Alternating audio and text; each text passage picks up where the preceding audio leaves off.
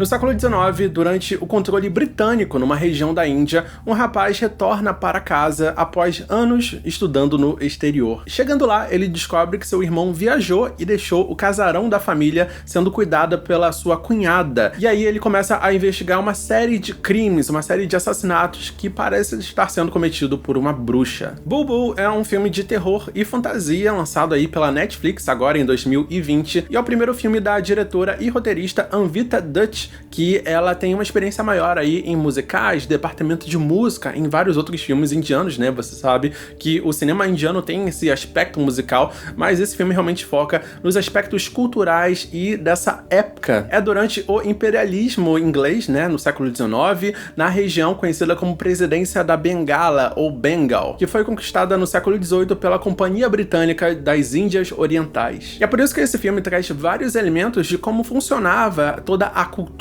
os costumes, a arquitetura, as vestimentas, enfim, como era representado a família, né, e os costumes patriarcais, né, e obviamente qual era o papel da mulher nessa sociedade, são elementos que perduram aí até hoje. O filme abre retratando o casamento de uma menina, uma criança, com um homem adulto, né, que era muito normal naquela época, não sei se ainda é hoje em dia, mas naquela época era muito comum você ter casamentos arranjados, só que a menina, que é chamada Bulbul, ela se confunde um pouco com aquela coisa toda, porque o marido, que é um homem adulto, ele tem um irmão criança da mesma idade da Bulbul, chamado Satya. Então a Bulbul, ela acha que tá casando com o seu cunhado, que é o Satya, e é esse o rapaz que vai voltar aí 20 anos depois, né, no futuro. Então é muito legal que esse filme, ele se preocupa em trazer esses detalhes pra quem não é da Índia, quem não conhece a história, né? Eu com certeza não sou familiarizado com a cultura da Índia, a história dela, então é muito legal ver como ele vai trazendo e explicando esses elementos pra gente entender como funciona a coisa toda, pra gente também não se surpreender e não ficar assim meio perdido sobre os valores, né, sobre o que esperar de cada personagem. É muito legal ver como a diretora roteirista conseguiu trazer então vários questionamentos do papel da mulher, né, nessa época e também até hoje, né, mas ela foca muito nesses pequenos detalhes onde a mulher, ela acaba sendo presa, ela acaba sendo, tipo assim, calada, ela é uma serva, né, então a Bulbul desde criança, né, e depois quando ela cresce, ela é sim uma mulher forte, uma mulher questionadora, uma mulher que não fica se cobrindo em véus para estranhos exatamente, né, ela realmente tá ali para questionar as coisas e não ficar aceitando a realidade como ela é imposta. Eu também preciso avisar que esse filme, ele tem uma cena de estupro muito gráfica, muito impactante, que é importante pra história, eu já vou falar sobre isso, mas caso seja um gatilho pra você, caso seja difícil de assistir, você pode avançar, acelerar. As consequências desse estupro acabam explicando parte da história, né, e representa uma das principais viradas ali do que tá acontecendo.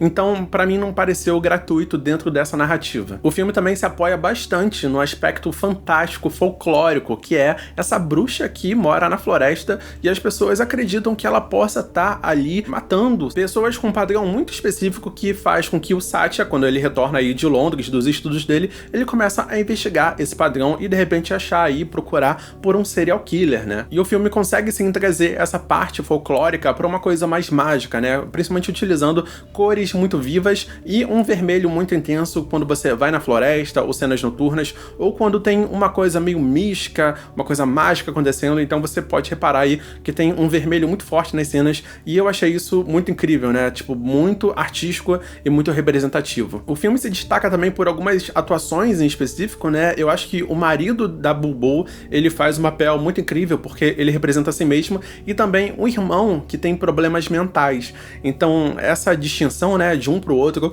eu acho que a atuação foi muito incrível, você consegue ver uma diferença muito gritante entre os dois. Com esse background no meio musical, a diretora também conseguiu colocar algumas cenas que são clipes, sabe? São coisas muito bonitas, de músicas muito tocantes, muito emotivas, mostrando a beleza da coisa toda, né? Ou o sentimento que te envolve ali na cena. Então, sem nenhum diálogo, só com a música rolando, só com uma coisa bem graciosa, né? E os visuais, obviamente, muito bonitos. A diretora conseguiu inserir e passar essa emoção toda. Eu fiquei muito encantado com as roupas, as joias, principalmente as joias, né? Os adereços, a combinação da coisa, a temática da coisa.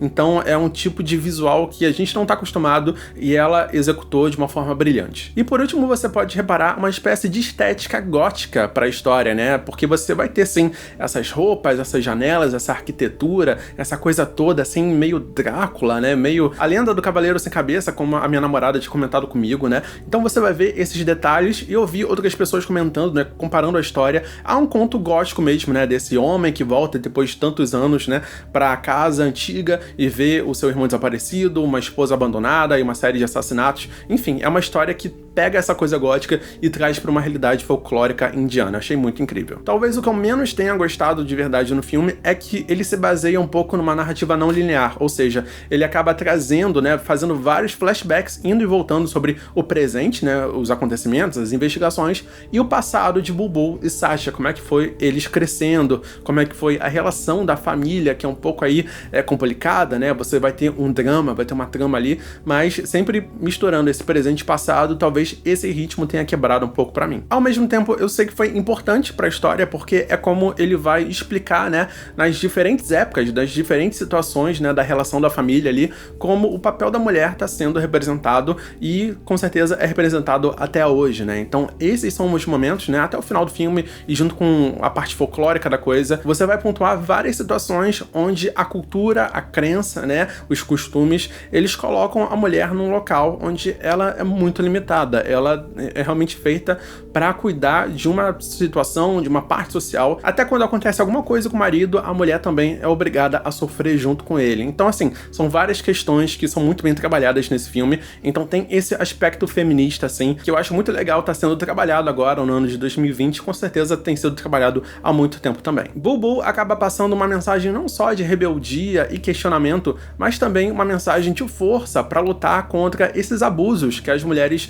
enfrentam até hoje. E apesar dele representar isso através de uma fábula, de uma fantasia, a gente também vê que a realidade às vezes consegue ser ainda pior. Minha nota para Bulbul é 8 de 10. Me fala ali nos comentários se você já assistiu esse filme. Se você não assistiu, eu recomendo você tirar esse fim de semana aí pra assistir e depois volta aqui nos comentários e vamos debater um pouco mais sobre cinema de terror fantástico indiano e me recomenda também algum outro filme desse tipo que pouca gente conheça ou eu não conheço. A gente de repente volta aí pra falar mais sobre cinema de terror indiano. Muito obrigado até aqui, eu sou o Fernando Ticon e até o próximo vídeo da Hora do Terror. Valeu!